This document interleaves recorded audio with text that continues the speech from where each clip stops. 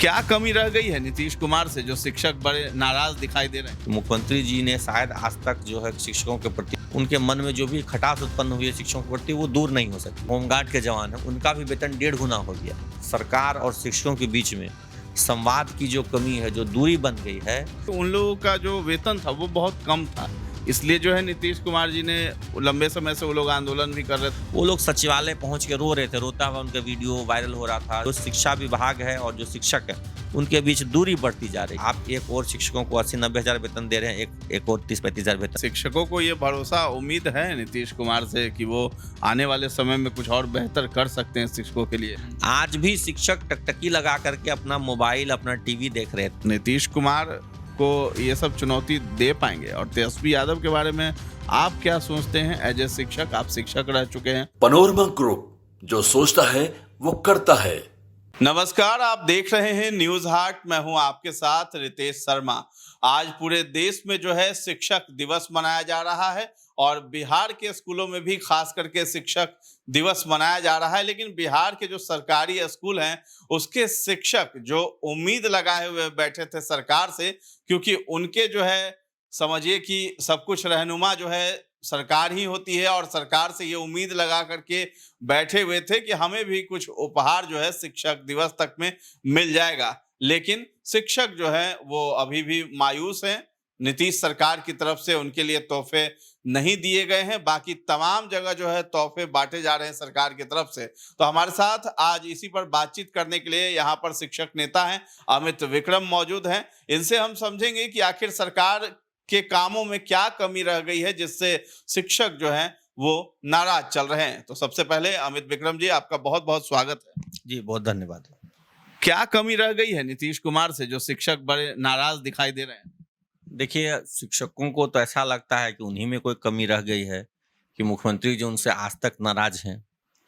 पिछले 5 साल के आप कार्यकाल को देखेंगे तो इस 5 साल में माननीय मुख्यमंत्री जी की ओर से शिक्षकों के लिए कोई भी विशेष कदम नहीं उठाया गया। हर बार यह होता था कि चुनाव से पहले शिक्षकों को 20-25% वेतन वृद्धि होती थी। 2015 में तो वेतनमान मिला था, 2020 में भी लगभग 20% वेतन वृद्धि मिली थी। तो इस बार भी उम्मीद थी शिक्षकों को कि चुनावी साल है और आज का दिन शिक्षक दिवस है, तो आज मुख्यमंत्री जी शिक्षकों के लिए कोई एक बड़ी घोषणा करेंगे, कोई एक बड़ा उनके लिए कदम उठाएंगे जिससे उन सबको कुछ ना कुछ आर्थिक लाभ भी और सामाजिक उनकी प्रतिष्ठा भी बढ़े। लेकिन शिक्षकों को इस बात का बहुत दुख है कि मुख्यमंत्री जी ने शायद आज तक जो है शिक्षकों के प्रति जो उनके मन में किसी कारणवश कटुता रही है, वो कटुता उनके मन से नहीं गई है। उनके मन में जो भी खटास उत्पन्न हुई है शिक्षकों के प्रति वो दूर नहीं हो सकी।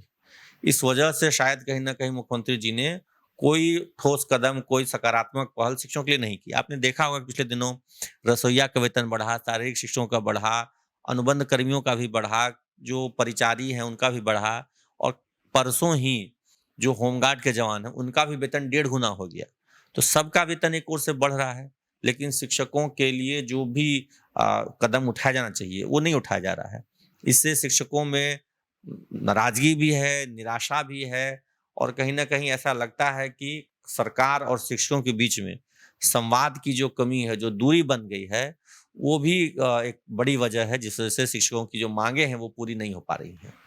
तो देखिए, जैसे आपने कहा कि तमाम लोग जो हैं उनके जो है वेतन में बढ़ोतरी की गई है, ऐसा ऐलान किया गया है, कैबिनेट में सब कुछ प्रस्ताव पे मुहर लग गई। तो ऐसा भी देखा जा सकता है कि उन लोगों का जो वेतन था वो बहुत कम था, इसलिए जो है नीतीश कुमार जी ने लंबे समय से वो लोग आंदोलन भी कर रहे थे, मांग भी कर रहे थे, तो बढ़ा दिया गया था। लेकिन यहाँ शिक्षक का तो हर साल जो है वेतन में बढ़ोतरी होती ही है, तो इसको देखते हुए तो फिर ये कहीं से भी सही नहीं लग रहा है। देखिए, वेतन बढ़ोतरी जो होती है वो तो मान लीजिए महंगाई भत्ता बढ़ता है या जो भी है वो होता है, लेकिन जो एक वन टाइम इंक्रीमेंट शिक्षकों को मिलता रहा था पिछले 3-4 चुनावों के पहले से, वो इस बार नहीं मिला है। और जो शिक्षकों की जो एक बहुप्रतीक्षित मांग रही है कि हमें भी जो केंद्रीय वेतनमान है, जो नवोदय के शिक्षकों के पास या फिर केंद्रीय विद्यालय के शिक्षकों के पास जो वेतनमान उनके पास है, जो उनको मिलता है वेतनमान, वो वेतनमान उन्हें मिले, इसकी प्रत्याशा उनको रहती है। और लगातार ट्विटर पे आप देखते हैं कि वो ट्रेंडिंग में चलाते हैं शिक्षक साथी मिलकर के। कल शाम में भी ये चला है कि भाई हमें सेंट्रल पे स्केल बिहार के शिक्षकों को भी दिया जाए। जो भी आप तो एक तो बिहार में अलग अलग संवर्ग बना दिया गया है, विशिष्ट अलग, नियोजित अलग, विद्यालय अध्यापक अलग, प्रधान शिक्षक अलग।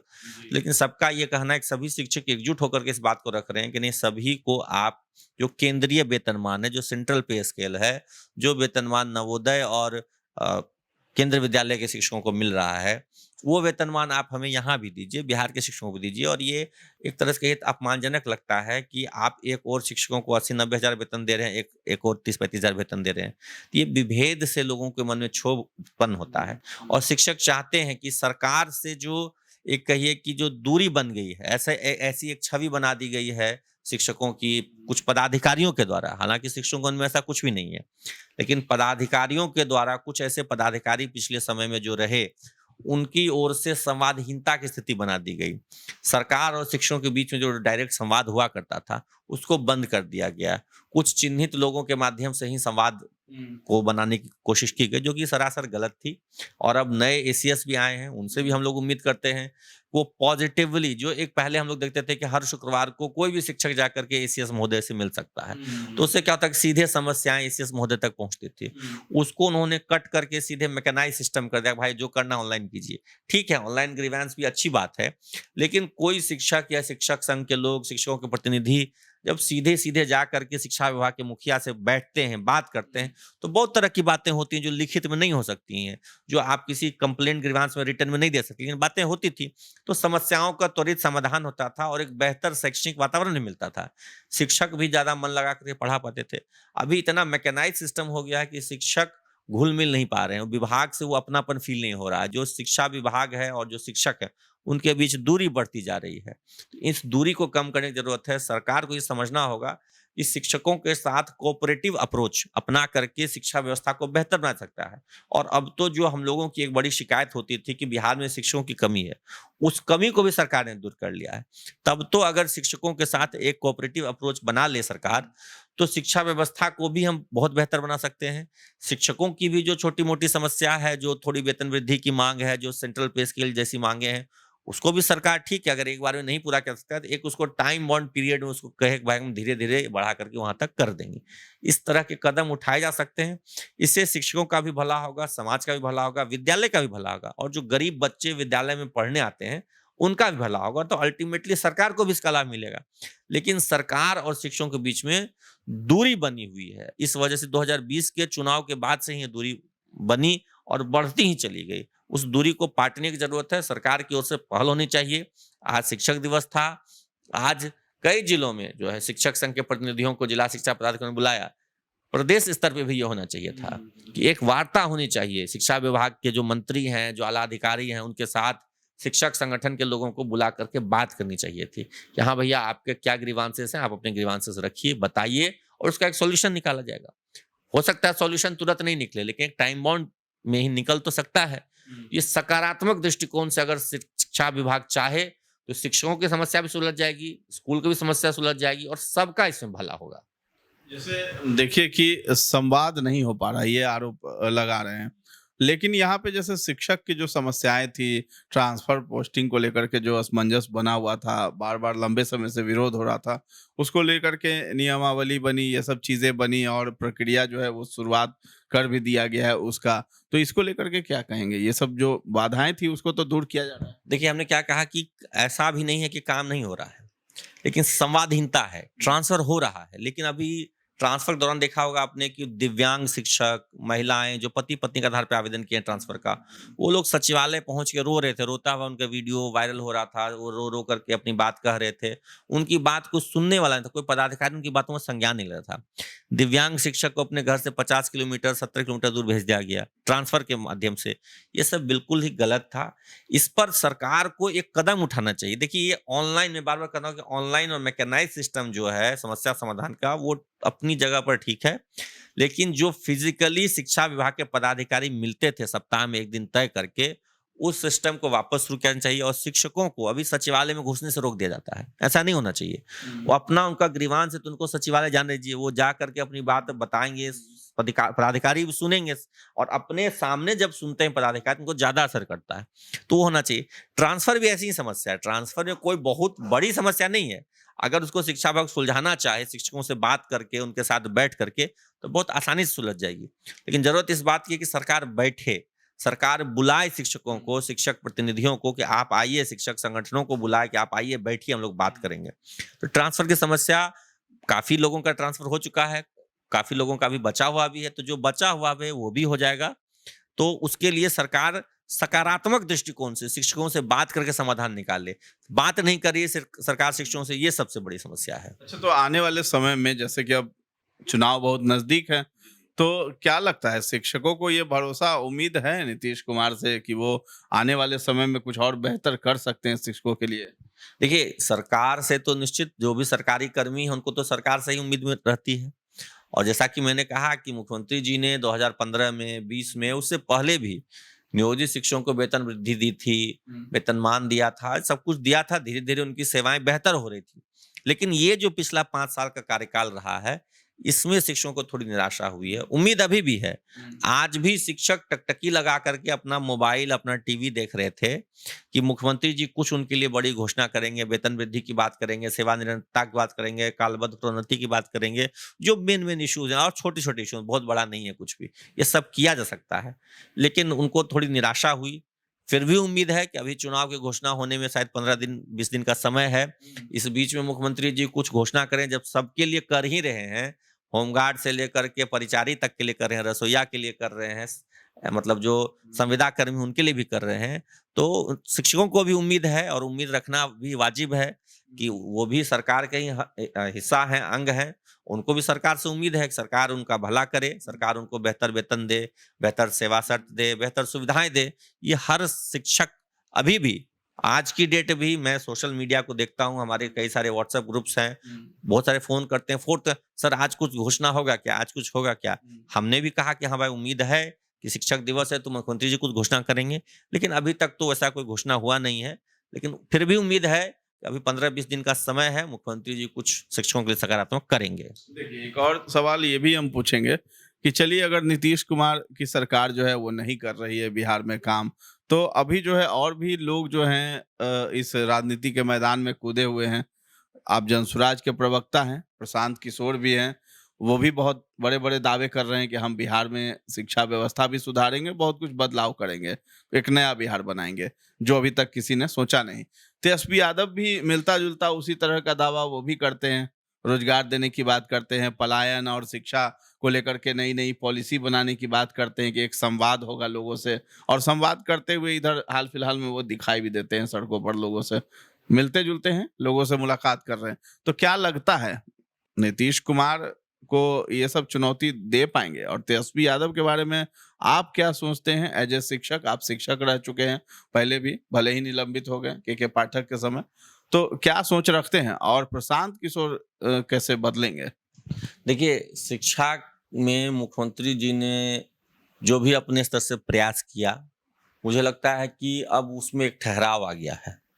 अब वो जो भी उनके विकास को लेकर के उनकी जो दृष्टिकोण थी, उनकी जो सोच थी, और जो भी जनता का जवाब था, छात्रों का दबाव था, शिक्षकों का दबाव था, उन सबको अगर समग्र रूप से आप देखें तो मुख्यमंत्री जी को जहां तक करना था उन्होंने कर लिया। अब उसके आगे की बात वो सोच नहीं पा रहे, उनका विजन शायद उसके पार नहीं जा पा रहा है। उम्र का भी असर होता है, उनकी आयु भी हो गई, अब शिक्षा के क्षेत्र में कुछ नया नहीं सोच पा रहे हैं। और तेजस्वी जी की मैं बात करूं तो तेजस्वी जी के पास एजुकेशन को लेकर कोई विजन ही नहीं है। अभी जो बीच में सरकार में वो आए थे तो 1.5 साल तक उन्हीं के शिक्षा विभाग के मंत्री थे। उन्होंने ही डोमिसाइल हटवाया, उन्होंने ही शिक्षकों के राज्यकर्मी बनने की मांग को दरकिनार करते हुए परीक्षा का प्रावधान लाया। ये सब तेजस्वी जी से भी नहीं होना जा रहा है। उनका भी हमने कार्यकाल देखा। ऐसा अगर होता कि वो सत्ता में नहीं आए रहते तो एक उम्मीद होती, लेकिन उनके समय शिक्षकों के लिए जिस तरीके से अपमानजनक बातें होती थी, खास करके उनके जो शिक्षा मंत्री थे, जिस तरह की बातें वो करते थे, एक शिक्षा मंत्री होकर के शिक्षा के बदले वो रामायण महाभारत की कथा बांचते थे और अपमानजनक बातें कहते थे धर्म के प्रति, समाज के प्रति। वो सब बहुत ही मतलब आघात पहुंचाने वाला था, शिक्षक उससे बहुत दुखी होते थे। तो तेजस्वी जी से कोई उम्मीद नहीं है कि वो आएंगे तो शिक्षा में खास करके कोई क्रांति लाएंगे। बाकी क्षेत्र के बारे में नहीं कह सकता, लेकिन शिक्षा में उनसे कोई उम्मीद नहीं है। और रही बात जनसुराज की, तो देखिए प्रशांत किशोर जी ने शिक्षा व्यवस्था को बिल्कुल आमूलचूल परिवर्तन लाने की बात की है। वो पूरा रिफॉर्म, टोटल रिफॉर्म की बात वो कर रहे हैं। वो उनका साफ साफ कहना है कि हम ये जो छोटे छोटे प्राइमरी स्कूल्स खुले हुए हैं, इन सबको मर्ज करके एक बड़ा स्कूल कॉम्प्लेक्स बनाएंगे। बेहतर सुविधाएं होंगी शिक्षकों के लिए भी, बच्चों के लिए भी। बच्चों के हर टोले में जो स्कूल खुले उनको बंद करके हम उनको ट्रांसपोर्ट की फैसिलिटी देंगे कि बच्चों को वहां से बस में, गाड़ी में बिठा करके जो बड़े स्कूल, क्योंकि जैसे आप सीबीएसई के स्कूल होते हैं, बड़े बड़े स्कूल होते हैं, एक साथ एक स्कूल में 2-2 हजार बच्चे पढ़ रहे हैं, तो वैसे स्कूल कॉम्प्लेक्सेस बनाएंगे। नेतरहाट मॉडल की वो बात कर रहे हैं कि नेतरहाट मॉडल के स्कूल हम बनाएंगे हर प्रखंड में। शुरुआती दौर में कम से कम एक बनाएंगे और आगे चल करके 5-5 बनाएंगे, क्योंकि 5 साल का टारगेट उन्होंने सेट किया है कि हर साल एक एक स्कूल नेतरहाट मॉडल का एक प्रखंड में बनाने से जो क्वालिटी ऑफ एजुकेशन जो मिल रहा है, शिक्षक भी हैं, स्कूल भी है, लेकिन जो क्वालिटी ऑफ एजुकेशन नहीं सुधर पा रहा है, उसका उन्होंने एक ऑल्टरनेट सॉल्यूशन बताया, एक टोटल रिफॉर्म की बात कही है। तो उसको भी हम लोग देख रहे हैं। और व्यक्तिगत तौर पे मुझसे आप पूछें तो मैं उस बात से बहुत प्रभावित हूँ, क्योंकि कोई यहाँ पे एक ऐसा नेता आया है जो कि एजुकेशन सिस्टम को टोटल रिफॉर्म करने की बात कर। और कहीं ना कहीं मैं जनसुराज से जुड़ा भी तो इसी वजह से जुड़ा कि वो शिक्षा के मुद्दे पर चुनाव लड़ रहे हैं, वो रोजगार के मुद्दे पर चुनाव लड़ रहे हैं। तो उम्मीद है, बाकी जैसा वो खुद भी कहते हैं, प्रशांत जी भी खुद भी कहते हैं कि भाई एक मौका दिया जाए, फेल कर जाए तो हटा दीजिए। और तेजस्वी जी भी कहते थे, लेकिन तेजस्वी जी को हमने 2 बार देखा है। 2015 में भी वो सरकार में रहे 1.5-2 साल के लिए, फिर अभी जस्ट 1 साल पहले भी वो सरकार में थे। तो उनका जो होना चाहिए था सरकार में रहते हुए शिक्षकों के लिए या शिक्षा के लिए, उन्होंने वैसा कुछ किया नहीं। इस वजह से बहुत निराशा है। मतलब तेजस्वी यादव उतना मतलब प्रबल नहीं है इस चीज को करने के लायक, लेकिन दावे तो वो भी कर ही रहे हैं कि हम भी अच्छी अच्छी पॉलिसीज वगैरह लाएंगे जिसमें शिक्षा, रोजगार, पलायन रोकने की बात, ये सब कुछ यहाँ पे की जाएगी। देखिए, बिल्कुल उनकी बातों पर भरोसा करके 2020 में बिहार के सभी शिक्षकों ने, युवाओं ने, और उनकी जो एक वोट बैंक उनका जो है उससे बाहर सभी जाति के लोगों ने, युवाओं ने उन पर भरोसा किया और भारी संख्या में वोट दिया। लेकिन उसको जब आप, उनके जो वादे थे उसको जब पूरा करने का उन्हें अवसर मिला तो पूरा नहीं किया उन्होंने, और पूरा करने की दिशा में कोई कदम भी नहीं उठाया। उल्टा उन्होंने जो डोमिसाइल पॉलिसी पहले से लागू थी उसको हटा दिया। उनके मंत्री ने यह बयान दिया ऑन रिकॉर्ड, ऑन कैमरा, अभी तक होगा सबके पास, कि बिहार में योग्य शिक्षक नहीं है, इसलिए हम बाहर से, अन्य राज्यों से ला रहे हैं। वहां जब वो किसी यूनिवर्सिटी के जा रहे थे, वो सेरेमनी में, विदाई समारोह में जो कन्वोकेशन सेरेमनी होता है, वहां पे जाकर के वो रामायण और गीता की गलत सलत व्याख्या करते थे। तो ये सबसे तो आघात पहुंचा कि जब उनको शिक्षा के क्षेत्र में सुधार करने का, कुछ बेहतर करने का मौका मिला तो उन्होंने नहीं किया। तो आप किसी को अवसर देते हैं, उस अवसर पे जब वो खरा नहीं उतरता, मौके पर वो फायदा नहीं उठा पाता है, मौके को गंवा देता है। सिर्फ गंवाया ही नहीं उन्होंने, बल्कि और बदतर स्थिति बना दी थी। उसमें जिस तरह की बातें हो रही थी, शिक्षा मंत्री मतलब ऐसी हरकतें कर रहे थे जो हम लोगों को अपमानजनक महसूस होता था। हम लोगों से पूछते थे, भैया आपके शिक्षा मंत्री तो ऐसे हैं, ये बोल दिए, वो बोल दिए। तो हम लोग को बुरा लगता था कि यार शिक्षा मंत्री हैं, इनको गंभीर होना चाहिए, अच्छी बातें करनी चाहिए। बेकार में जात धर्म की राजनीति करते थे वो। तो इस तरीके से जो उन्होंने किया, उससे भरोसा टूट गया। भरोसा था 2020 में था, और इसमें कहीं कहने में गुरेज नहीं है मुझे कि शिक्षकों का जो वोट था वो एक मुश्त, और शिक्षकों के परिजनों का भी जो वोट था एक मुश्त तेजस्वी जी को, राजद को, कांग्रेस को, जो महागठबंधन की पार्टी उनको मिला। और इससे कई सीटों पर जहां क्लोज कॉन्टेस्ट था वहां पे उनको जीतने भी मदद मिली। लेकिन अब वो भरोसा उठ गया है, अब उनके प्रति वो आकर्षण नहीं है, क्योंकि उनको अवसर हमने दिया, वो सरकार में आए और उन्होंने हमें निराश किया। तेजस्वी तो दावा करते हैं ना कि 17 महीने हमारी सरकार थी तो उसमें हमने 5 लाख शिक्षकों को नौकरी दिया है, बीपीएससी का एग्जाम वगैरह ये सब हुआ शिक्षक के लिए। देखिए, वही तो है जो वो दावा कर रहे हैं। तो उस दावे में है क्या कि उनके समय काल में 2 बार परीक्षा हुई, तो 2 टीआरई हुई, तो उसमें लगभग 1,80,000 आए। 1,80,000 में से रिकॉर्ड है, अलग अलग मीडिया संस्थानों में, पेपरों में, अखबारों में छपता रहता है कि 35% बाहरी लोग आ गए, यानी 1/3 तो बाहरी हो गए। 60,000 आपके बाहरी चले गए। उसके बाद हम लोग जानते हैं कि हमारे स्कूलों से वैसे शिक्षक जो 1 to 5 में थे, वो 6 to 8 में जाने के लिए या हाई स्कूल में जाने के लिए वो ऐसे चले गए, वो 1/3 वो भी थे, तो 50-60,000 चले गए। तो 1,80,000 शिक्षकों में से फाइनली बचे कितने? मुश्किल से 50-60 हजार। तो जो नई नौकरी बिहार के लड़कों को, बाहरी आए, मैं मानता हूँ 50-60 हजार बाहरी यूपी झारखंड वाले आए, लेकिन बिहार के कितने लड़कों को रोजगार मिला? तो 50-60 हजार को मिला। तो उसी 50-60 हजार को 10 गुना, नेता हैं वो तो बढ़ा चढ़ा करके 50 हजार नौकरी दिया, बोल दिया 5 लाख दे दिए हैं। तो ये बढ़ा चढ़ा करके वो बोलते हैं, वो दावा करते हैं। लेकिन देखिए, शिक्षक समाज जो होता है वो खुद शिक्षित है, वो पढ़ता है। हम लोग आंकड़े पढ़ते हैं, हमें नहीं कोई पढ़ा सकता है भैया हम ये कर देंगे वो कर देंगे। हम तो किसी के बोले पर नहीं जाते, हम तो खुद आंकड़ों को देखते हैं, पढ़ते हैं, समझते हैं। और उससे हमने यह पाया कि तेजस्वी जी ने जो भी वादे किए थे उसको पूरा नहीं किया, उल्टा कर दिया। उन्होंने कहा था डोमिसाइल लाएंगे, उन्होंने डोमिसाइल को हटा दिया। उन्होंने कहा था शिक्षकों को राजकर्मी बनाएंगे, उन्होंने कहा कि नहीं बनाएंगे। बनाने का जब हमने मांग किया तो नहीं बनाया, उन्होंने परीक्षा ला दिया कि परीक्षा दो तब बनो। तो भाई परीक्षा देने के लिए तो पहले भी थी, बीपीएससी भी दे देते तो बन जाते। बहुत लोग बने भी बीपीएससी देकर के राजकर्मी, तो उन्होंने तो कुछ किया नहीं। तो तेजस्वी जी से पूरी नाराजगी है, शिक्षक समाज में युवाओं को भी नाराजगी है, छात्रों को नाराजगी है। अब तेजस्वी जी के पक्ष में कभी वैसा माहौल नहीं बन सकता है। शिक्षकों को भरोसा है प्रशांत किशोर पे? चुनाव अभी आएगा तो क्या सारे शिक्षक जाएंगे, बैग जो छाप है मुहर उस पे लगाएंगे? देखिए, जनसुराज पार्टी विशेष करके शिक्षकों के मुद्दे पर बहुत मुखर नहीं है, जो वाजिब बात मैं बता रहा हूँ। जनसुराज पार्टी ज्यादा मुखर है शिक्षा व्यवस्था को बेहतर बनाने के मुद्दे पर, और शिक्षा व्यवस्था को बेहतर बनाने में शिक्षकों का बहुत बड़ा योगदान है। तो निश्चित तौर पे जैसे मैंने कहा कि जब पूरी एजुकेशनल सिस्टम को रिफॉर्म किया जाएगा तो उसमें शिक्षकों का भी जो ये अलग अलग वर्गीकरण है इसको खत्म करके सिंगल कैडर, सेंट्रल पे स्केल जैसी बातें सब शामिल है उसमें। ऐसा नहीं कि शिक्षा व्यवस्था सुधारना है तो बिना शिक्षकों के हम सुधार लेंगे, उन्हीं शिक्षकों से सुधरवाना है। और वो शिक्षक योग्य हैं, सब कुछ है, लेकिन व्यवस्था यहाँ पर गड़बड़ है।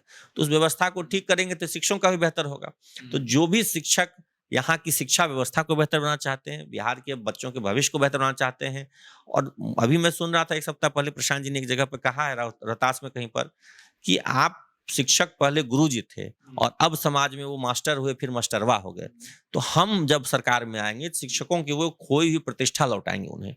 अब वो खोई प्रतिष्ठा कैसे लौटाएंगे? इसके लिए दोनों चीजें हैं, वेतन भत्ते और सुविधाएं भी बढ़ेंगी और जो क्वालिटी ऑफ एजुकेशन है वो भी बढ़ेगा, तभी शिक्षकों का सम्मान लौटेगा। और शिक्षक दिवस है तो हम शिक्षकों से भी अपील करते हैं कि वेतन भत्ते बढ़ना भी जरूरी है, लेकिन साथ ही साथ शिक्षकों का सम्मान भी बढ़ना चाहिए। इसके लिए भी हमें प्रयास करना चाहिए। तो अगर शिक्षक इन बातों को गंभीरतापूर्वक विचार करेंगे तो जरूर वो जनसुराज की बातों पर यकीन करेंगे, जनसुराज से जुड़ेंगे। चलिए, आपका बहुत बहुत धन्यवाद अमित भाई। बहुत धन्यवाद। तो शिक्षक जो हैं वो शिक्षा व्यवस्था जो बदलने की बात प्रशांत किशोर कर रहे हैं, इसलिए जो है जनसुराज के साथ भी शिक्षक जा सकते हैं। और बिहार विधानसभा चुनाव नजदीक है, सरकार से भी शिक्षक उम्मीद लगाए बैठे हैं कि उनके लिए कुछ बड़ा तोहफा जो है नीतीश कुमार दे दें, वेतन वृद्धि की भी घोषणा कर दें। तो बस ये उम्मीद लगा करके बैठे हैं। और तेजस्वी यादव को लेकर के भी शिक्षक जो है वो देख चुके हैं कि उन्होंने अपने कार्यकाल में क्या कुछ किया है। अब प्रशांत किशोर एक नई उम्मीद है। तो हालांकि किसी की भी सरकार हो, शिक्षक ही इसका खामियाजा भुगतते रहते हैं। जो मूलभूत चीजें उनको चाहिए उसके लिए उनको सड़कों पर आंदोलन भी करना पड़ जाता है। और ये दृश्य बिहार की जनता ने भी देखा है कि किस तरीके से शिक्षक जो देश का भविष्य बनाते हैं उन्हें सड़कों पर संघर्ष करना पड़ता है। तो आने वाले विधानसभा चुनाव में पता चलेगा कि किसकी जीत होती है। तो फिलहाल इस चर्चा को हम लोग यहीं पर विराम दे रहे हैं। और कैसा लगा है ये हमारा जो चर्चा है इसके बारे में हमें कमेंट सेक्शन में जा करके जरूर बताएं। और हमारे चैनल को अब तक आपने सब्सक्राइब नहीं किया है तो जरूर कर लें। धन्यवाद।